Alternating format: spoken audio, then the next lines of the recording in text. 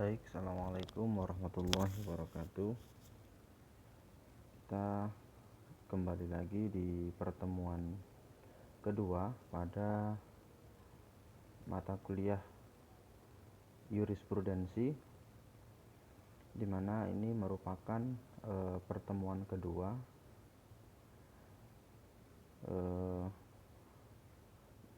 Jika pertemuan pertama kemarin kita sudah membahas kaitan dengan teknis pelaksanaan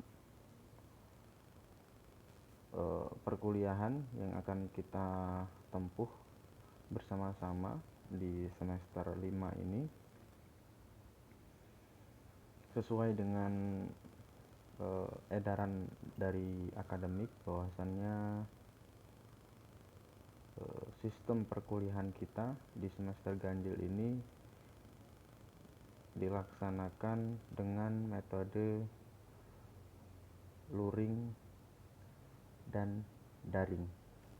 Jika pertemuan pertama kemarin kita melangsungkan perkuliahan secara luring ataupun tatap muka, maka pertemuan kedua ini kita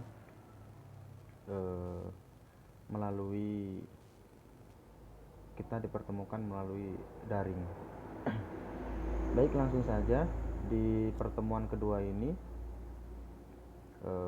saya ingin menyampaikan kaitan dengan mata kuliah jurisprudensi ini. Oke, sebelum kita masuk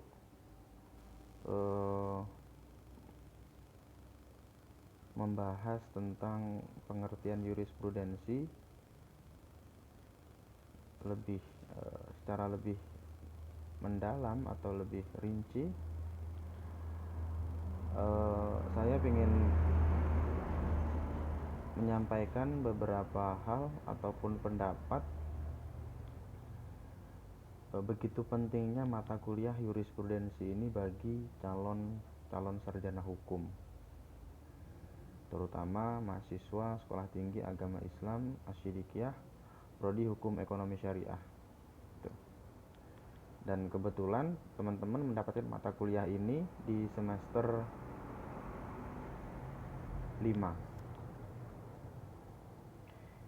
Oke, jadi mata kuliah jurisprudensi ini begitu penting bagi calon sarjana hukum.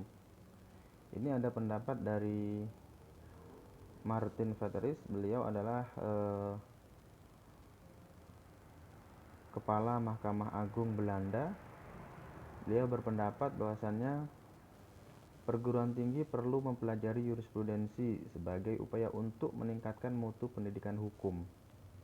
Ini merupakan hal yang penting untuk konsistensi keputusan pengadilan. Jadi konsistensi ini penting untuk menjadi kesatuan dan kepastian hukum serta memiliki manfaat secara ekonomi. Jadi mata kuliah jurisprudensi ini menurut Martin ke depan akan sangat memiliki manfaat di bidang ekonomi. Nah, mengapa? Itu tadi, karena salah satu alasannya adalah dengan adanya kepastian hukum dan kesatuan hukum, maka banyak orang yang akan akan berusaha mengembangkan usahanya dan meningkatkan modal baik di dalam maupun di luar negeri. Begitupun sebaliknya,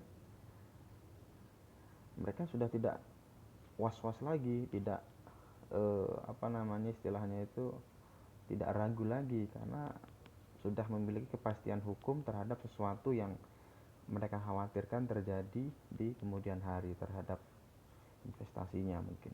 Nah, itu ya. Jadi mata kuliah jurisprudensi itu sangat penting.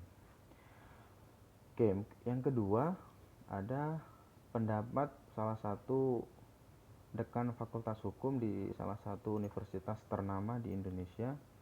Beliau berpendapat bahwasannya pembelajaran jurisprudensi sangat perlu bagi mahasiswa karena kebanyakan mahasiswa nantinya akan terjun ke bidang hukum seperti pengacara, hakim, atau jaksa. Jadi mata kuliah jurisprudensi sangat penting karena secara tidak langsung teman-teman nanti setelah selesai menempuh pendidikan hukum dan teman-teman mendapatkan gelar SH ataupun sarjana hukum, teman-teman setidaknya sudah mempunyai modal ketika terjadi permasalahan di masyarakat. Misalnya jika teman-teman nantinya menjadi seorang advokat, calon menjadi hakim dan lain sebagainya, teman-teman sudah punya bekal dari ketika terjadi permasalahan yang itu tidak diatur dalam undang-undang, maka jurisprudensi bisa dijadikan salah satu alternatif untuk memutuskan suatu perkara yang sedang terjadi. Tuh. Jadi mereka bisa tahu keputusan-keputusan pengadilan, apa yang pernah ada di sana ataupun di pengadilan, dan itu bisa jadi pembelajaran dan pemahaman bagi mereka. Itu tadi ya. Oke. Kemudian yang ketiga ini ada pendapat Ismail Rumadan, beliau dari Mahkamah Agung.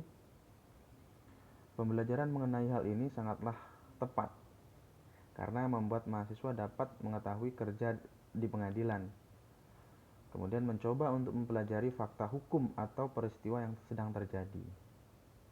Selain itu, mahasiswa dapat menguji konsistensi pertimbangan hakim serta melakukan kontrol pada keputusan pengadilan. Nah, itu ya. Jadi itu tadi ada 3 pendapat. Sebenarnya masih banyak pendapat di luar sana berkaitan dengan begitu pentingnya mata kuliah jurisprudensi. Ya, jadi Bapak mengutip 3 pendapat dari beberapa ahli hukum, baik yang ada di ranahnya internasional maupun nasional. Oke, kemudian yang melatar belakangi lahirnya jurisprudensi itu karena adanya peraturan perundang-undangan yang tidak jelas atau masih kabur, sehingga menyulitkan hakim dalam membuat keputusan mengenai suatu perkara. Contohnya itu ada pencurian arus listrik. Jadi yang melatar belakangi lahirnya atau munculnya jurisprudensi yang ada di Indonesia ini khususnya itu karena ada kekosongan hukum. Jadi ketika terjadi permasalahan, tidak ada undang-undang yang mengatur ataupun yang membahas tentang perkara tersebut. Oke, jadi dalam hal ini hakim dalam hal ini membuat suatu hukum baru dengan mempelajari putusan hakim yang terdahulu untuk mengatasi perkara yang sedang dihadapi saat ini. Jadi putusan dari hakim terdahulu inilah yang kemudian disebut dengan istilah jurisprudensi. Jadi ketika terjadi permasalahan saat ini, maka hakim-hakim bisa menjadikan putusan hakim terdahulu sebagai referensi ataupun dasar hukum ketika mereka menyelesaikan atau menghadapi suatu perkara. Oke, baik, kita lanjutkan. Itu tadi ya, ketika terjadi permasalahan, kemudian tidak ada undang-undang yang mengatur secara spesifik kaitan dengan permasalahan tersebut, maka hakim tidak boleh menolak sesuai yang tercantum dalam Undang-Undang Nomor 48 Tahun 2019 tentang kekuasaan kehakiman. Misalnya dalam undang-undang tersebut berbunyi, pengadilan tidak boleh menolak untuk memeriksa perkara, mengadili perkara, dan memutuskan perkara yang diajukan dengan alasan hukum tidak ada atau tidak jelas, melainkan pengadilan wajib memeriksa serta mengadili. Kemudian hakim diwajibkan untuk mengadili, itu tadi ya, mengikuti dan memahami keadilan dan nilai-nilai hukum yang tumbuh dan berkembang di masyarakat. Karena seperti kita ketahui bahwasannya hukum itu akan terus berkembang mengikuti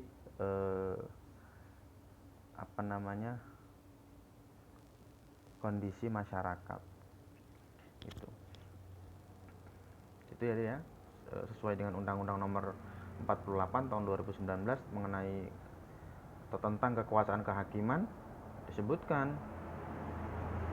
di hakim atau pengadilan tidak boleh menolak suatu perkara yang diajukan oleh para pihak atau yang disengketakan oleh para pihak, dan permasalahan tersebut tidak ada undang-undang yang mengatur, tetapi tetap diwajibkan untuk memeriksa dan kemudian mengadili dan menetapkan permasalahan atau perkara tersebut. Oke, kita masuk ke pengertian dari jurisprudensi itu sendiri. Jadi jurisprudensi itu berasal dari bahasa Latin. Yang pertama itu ada kata iuris dan kedua ada kata prudensi yang berarti pengetahuan hukum. Oke, dalam kamus secara leksikal dalam Kamus Besar Bahasa Indonesia, jurisprudensi memiliki dua makna. Yang pertama, ajaran hukum melalui peradilan. Yang kedua, himpunan putusan hakim. Nah, itu tadi ya. Jadi jurisprudensi ini dalam KBBI itu dimaknai memiliki dua makna. Yang pertama ada ajaran hukum melalui peradilan, yang kedua ada himpunan putusan hakim. Nah, di sini jurisprudensi menurut pendapat ahli. Yang pertama itu ada Profesor Subekti. Beliau berpendapat bahwasannya jurisprudensi ini merupakan putusan-putusan hakim atau pengadilan yang telah berkekuatan hukum tetap dan dibenarkan oleh Mahkamah Agung sebagai pengadilan kasasi. Tuh, jadi jurisprudensi ini adalah merupakan putusan-putusan hakim terdahulu berkaitan dengan memutuskan suatu perkara yang tidak diatur dalam undang-undang, dan kemudian putusan tersebut bisa dijadikan sebagai referensi ataupun dasar hukum hakim-hakim setelahnya atau hakim-hakim saat ini. Tuh.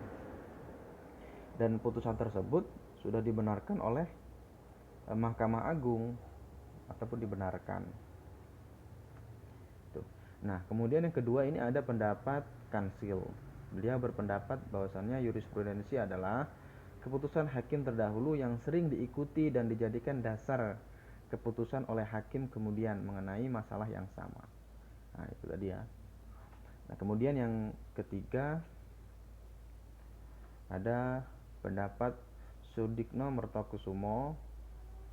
Jadi jurisprudensi itu adalah pelaksanaan hukum dalam hal konkret terjadi tuntutan hak yang dijalankan oleh suatu badan yang berdiri sendiri dan diadakan oleh negara serta bebas dari pengaruh apa dan siapapun dengan cara memberikan keputusan yang bersifat mengikat dan berwibawa. Jadi keputusan ketika terjadi permasalahan dan itu tidak ada undang-undang yang mengatur tentang itu, maka tadi hakim boleh berpendapat, beristihad bahwasannya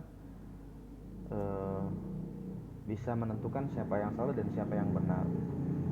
Dan hakim yang menjalankan persidangan itu tidak bisa diintervensi oleh siapapun, kemudian siapapun dia, apapun jabatannya, maka harusnya hakim tidak terpengaruh akan hal itu ketika memutuskan suatu perkara.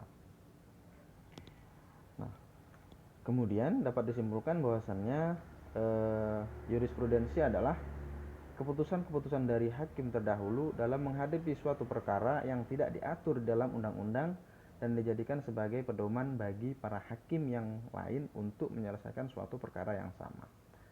Ya, jadi itu ya, saya rasa cukup jelas pengertian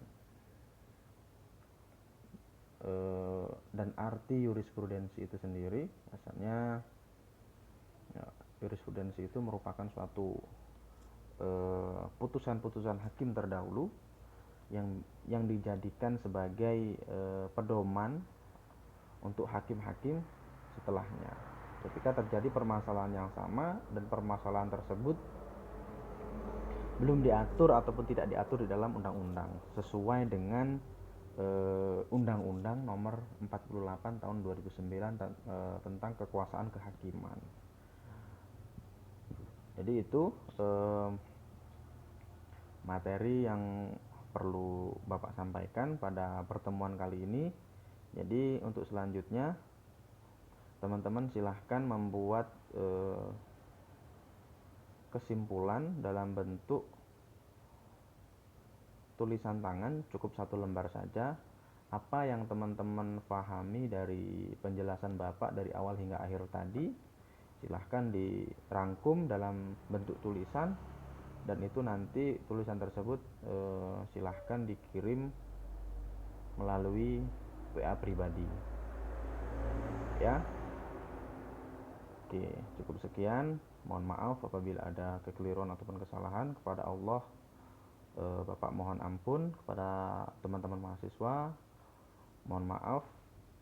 Bapak akhiri, wabillahi taufiq wal hidayah. Assalamualaikum warahmatullahi wabarakatuh.